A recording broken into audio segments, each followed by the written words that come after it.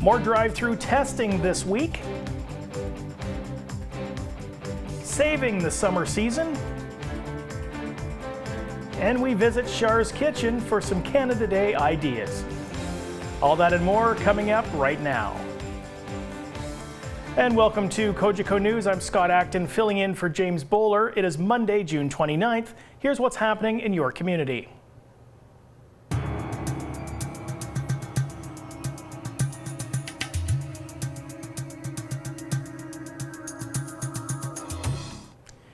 The Simcoe Muskoka District Health Unit is reporting 8 new cases of COVID-19, none of which are from the Muskoka portion of the health unit's coverage area. This as more drive-through testing gets underway locally tomorrow.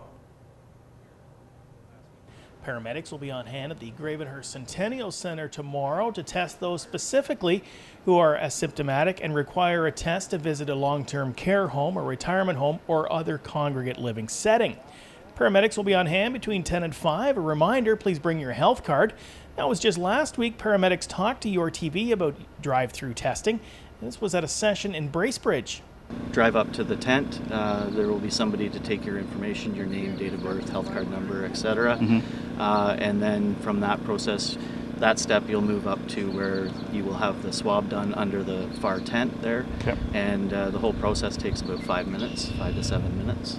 And it's very quick. And testing is still available by appointment. You can book a test by calling your primary care provider or the Muskoka Assessment Center line, 1-888-383-7009. Now, this was the scene in Huntsville on Friday afternoon. Plenty of activity around the town dock. A trend MPP Norm Miller hopes will continue in a safe manner. And the tourism minister, Lisa MacLeod, spent a day in Muskoka last week, really with that message in mind, that to try to get people comfortable with being out and doing things again in a safe way. You know, of course, we've heard it many times. It means where possible, doing physical distancing. If that's not possible, wear a mask and, of course, wash your hands lots. But she spent the day at places like Santa's Village, which is not yet open, and Algonquin Outfitters here in Huntsville, which posing by some canoes where lots of people are renting, going out for paddle.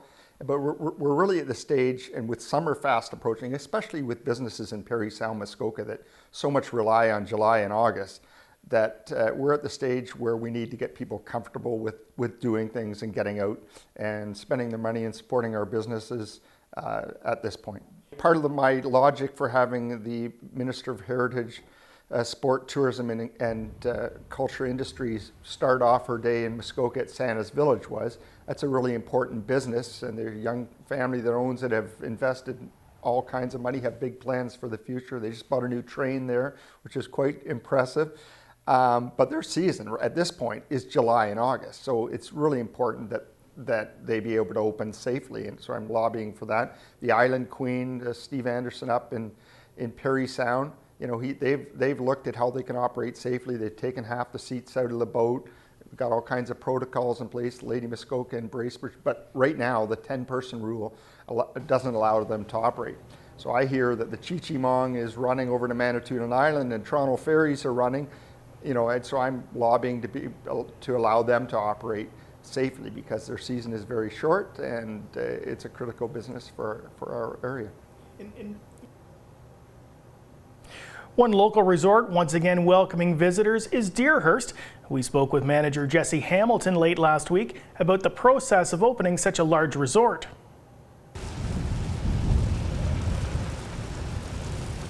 Maple patio will be open, which is doubled in its size. Our Eclipse patio has been open now for a week and a half. We've doubled its size as well. So that's been obviously a welcome addition to food and beverage. Although one of the things that we've noticed is that our room delivery service and our curbside pickup, those sales are still increasing. So I think a lot of our guests are really enjoying that option as well. Our golf courses that open for membership play on Friday. They open for the public coming this Friday. So we've taken a little bit longer to open those golf courses, but the demand now, the tee sheets are filling up and it's going to be a fantastic season for golf as well. All of our outdoor recreation is open. Our beachfront is open. People are out on paddleboards, canoes, kayaks. We are about to open pools. So one of our largest outdoor pool at Lakeside Lodge, that will open up this weekend. And then by July 1st, we're hoping our other 2 outdoor pools and our indoor pool will open up as well. So Outside of some of the indoor facilities, which are a little tighter in space, like an indoor playground or an arcade, almost everything that you would expect to be here already is now open again, because it's mostly outside and there's lots of open spaces. And the demand that we've been seeing, as an example, the number of room nights that we booked for July this past week was almost triple the room nights we booked for the same time period last year. A lot of that has to do with the fact that there's more rooms to sell right now because we've been closed for a while. Yep. But I would say people across Ontario, they're getting out, they're excited to explore our province, and Deerhurst is going to see a lot of them and we're really happy about it. We always try to do all that we can for our local audience. It's a really important part of the resort. All our locals are all our members, so they've been out on the golf course for a week now. We have preferred memberships, which is a program that's been running for years now, and that gives local residents the option to buy a membership. It comes with a free room night, and it also gives them 50% discounts in our restaurants. One of the most interesting things about that program is that we had local residents buying it even when the resort was closed. And so that just shows you how important that is to them and how important they are to us. Time for our first break here on the program. On the other side, another popular tourist attraction hoping to welcome visitors soon. More after this.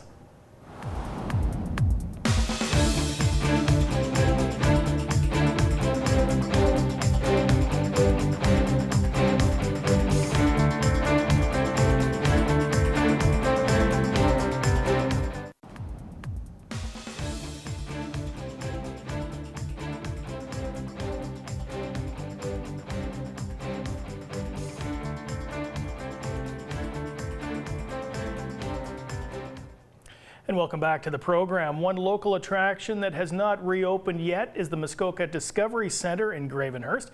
We stopped by recently for an update. Muskoka Discovery Centre, we're hoping to have it open in July. We don't have a specific date yet, but we are planning for early July at this point.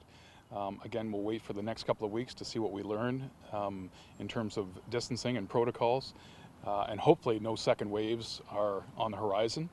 But the Discovery Centre is very important to the community, and we've had a lot of inquiries about when we're going to reopen, so people can come and spend family time there and of course, safely social distancing at the same time. But adjacent to the Discovery Centre is our large expansion that we're building right now. It's a $5.5 million project, and you can actually see it across the bay. It's laminated wood frames that are going up very quickly with a crane. We're very excited about it. It will mean an additional 15 to 18,000 square feet of display space, and it will have 3 amazing exhibits in it. One is going to focus on Indigenous histories of Muskoka. The other is a modern history of Muskoka, and the third is the Wanda 3 steam yacht, which we're electrifying and building a boathouse for. So she hasn't had a boathouse since we received her in 1993.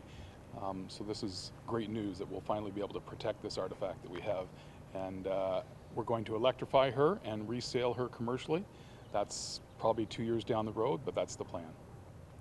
COVID-19 certainly has had a huge impact on Legions right across the country. As our Samantha Johnson reports, the Bracebridge branch, like others, is feeling the pinch. COVID-19 has affected many things such as large gatherings and social events. And for Bracebridge Legion, they say they've been hit really hard.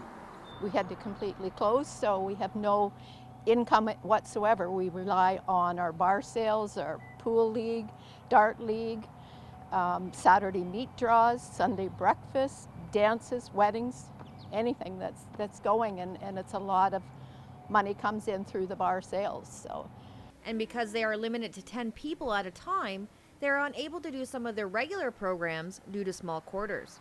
If we had a nice big wide open kitchen where a lot of people could work in there and still keep the social distancing, that would work.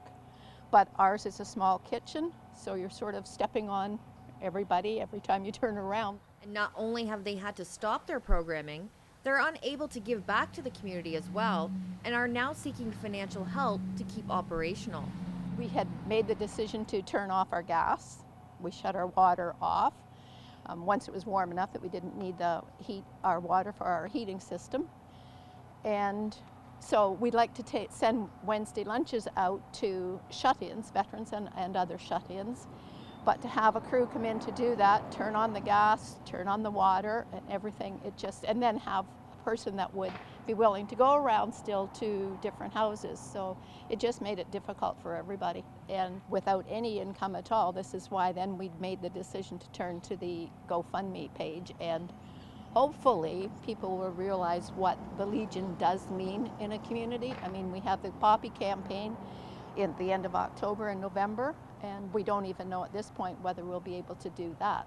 So make sure to check out their GoFundMe page and look under Branch 161 for the Bracebridge Legion, or call them 645-8500 or visit them on Facebook. In Bracebridge, I'm Samantha Johnson for Cogeco News. Your opinion on the future of downtown Bracebridge counts, and find out how you can have your say after the break.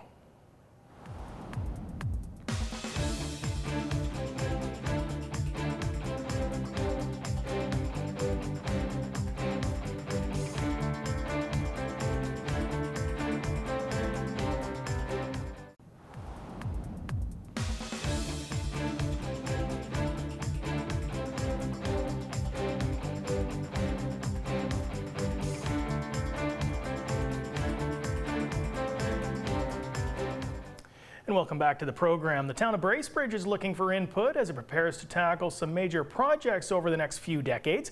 We spoke with Deputy Mayor Rick Maloney to find out how you can get involved in the future of the community. Well, the town of Bracebridge has embarked on a downtown master planning process, very similar to what we did a few years back with our Parks and Trails master plan process, but this is specifically for our downtown. There's been a lot of changes and potentially a lot of changes coming in the future for our downtown. We were able to purchase the then Timbermart property, now Rona property, a few years back. And often we get asked in the community what's happening with the Rona property. Of course, we have our new arena, library, field house that's going to be built in the Flats area.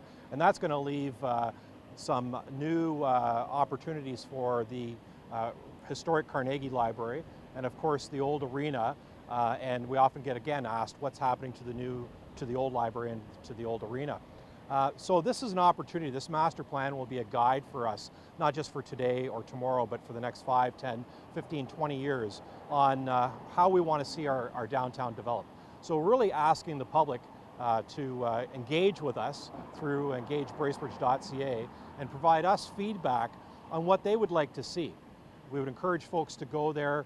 There's a short 15-minute survey that will allow people to answer some very specific questions about the downtown, but also there's a discussion forum where you can leave some comments about some of the ideas that you might have to see how our downtown is connected to our waterfront, to facilities like the Woodchester Villa, like our beaches, our Kelvin Grove Park, and even the old high school property. So really actually want people to take some time, engage in the survey, go to engagebracebridge.ca and take some time to provide some feedback to us. Time for another break here on the program. When I return, a visit to Char's Kitchen to help you get ready for Canada Day. Back after this.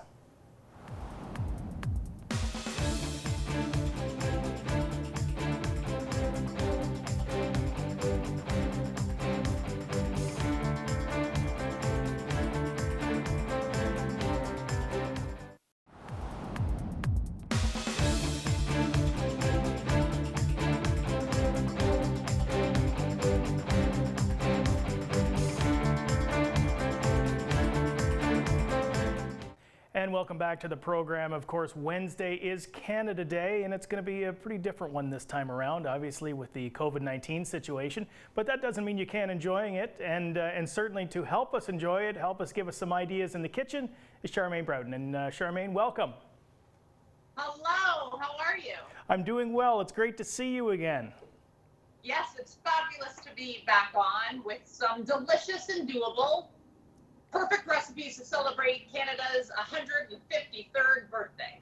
So I'm likely going to be home most of the day on Wednesday. Help me out. Give me some ideas.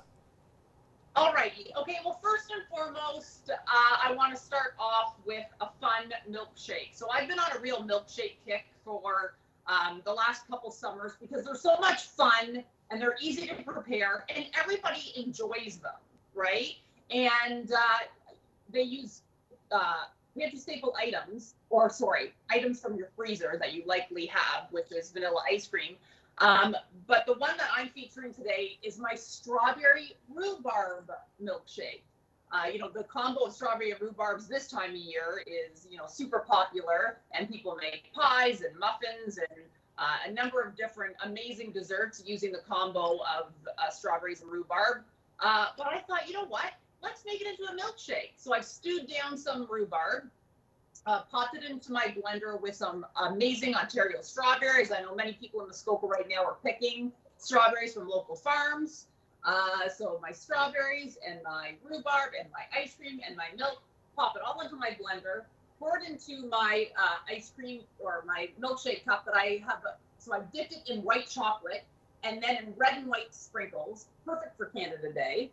And then I'm going to top it with some whipped cream, just like so, and sprinkle it with more sprinkles, red and white sprinkles. And in true Char fashion, I'm going to take a sip. Honestly, what a fun way to just sit back and relax and enjoy Canada Day with a milkshake. That looks perfect. That looks perfect. What else are you working on? Alrighty, so, everybody loves a good pasta salad. This time of year, whether you're celebrating Canada Day or whether you're going on a picnic or you're invited to a family potluck, pasta salads are great. Great thing about pasta is it is a pantry staple, so likely you already have it. And, I know we're in are we in phase 2 of COVID? We are, yes. Phase Stage 2, I two. think, or Stage 3, two. or yeah. Yeah. We still want to be limiting our time at the grocery store, right? So if you load your pantry up with things like pasta, then you can make a great salad with things that you already have on hand. So this is a terrific pasta. This is a tuna and artichoke pasta salad. And not only does it use pantry staples like your can of tuna and your pasta and your artichokes, but tons of garden fresh herbs. So if you grow a herb garden, they grow from Muskoka to Kingston. So take advantage of the basil and the dill and all those amazing fresh herbs that you have growing in your garden. And then there's just a simple dressing with some olive oil and lemon juice. There's also some capers in here. So it's like a Mediterranean feel for a delicious pasta salad.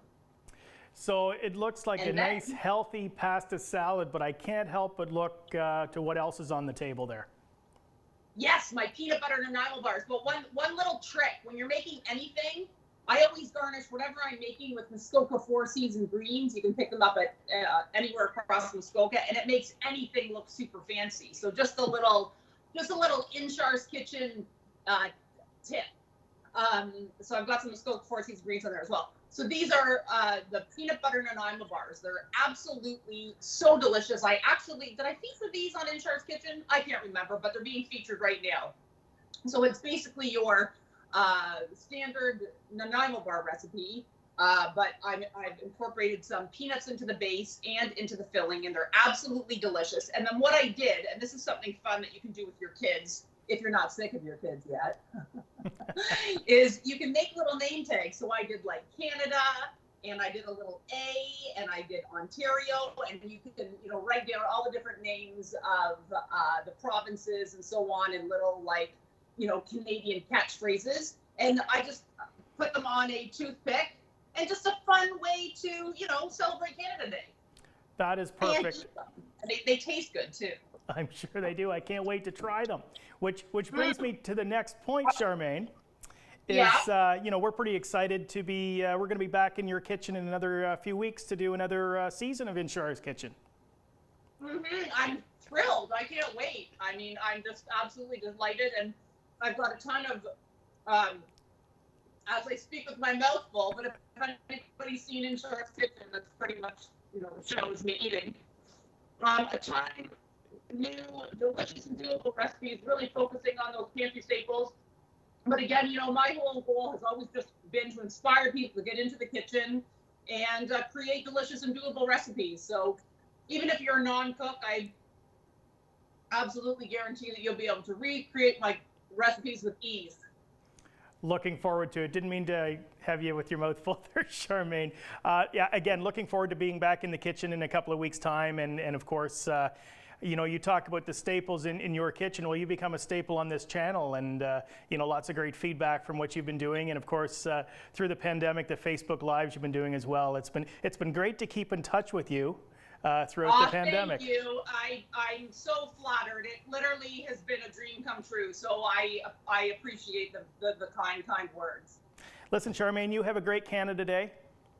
You too, everyone, and to all the viewers, happy and safe Canada Day. We'll see you soon.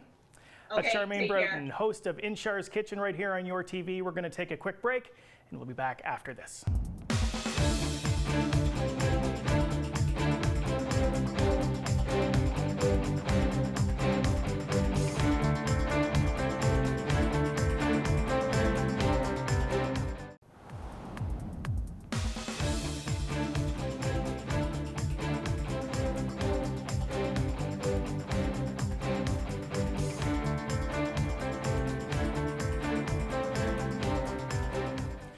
Before we wrap up the program tonight, I want to tell you about an exciting new program here on your TV. We are launching just in time for Canada Day. The Muskoka Music Series will highlight musicians from right across the region. Our first 3 episodes do launch on Canada Day. Our very own Briar Summers kicks things off with a Canada Day theme show. Throughout the day, we'll also be featuring James Gray and Christina Hunt.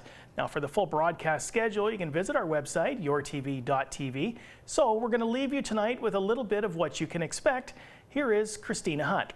Thanks for watching.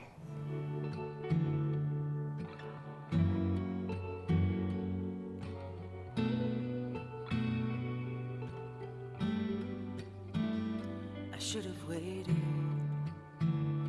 I should have cared. I should have noticed the good times that we shared. I should have stopped. I should have listened. I should have known your love was in stone. I should have changed. I should have changed. I should have changed. I should have changed.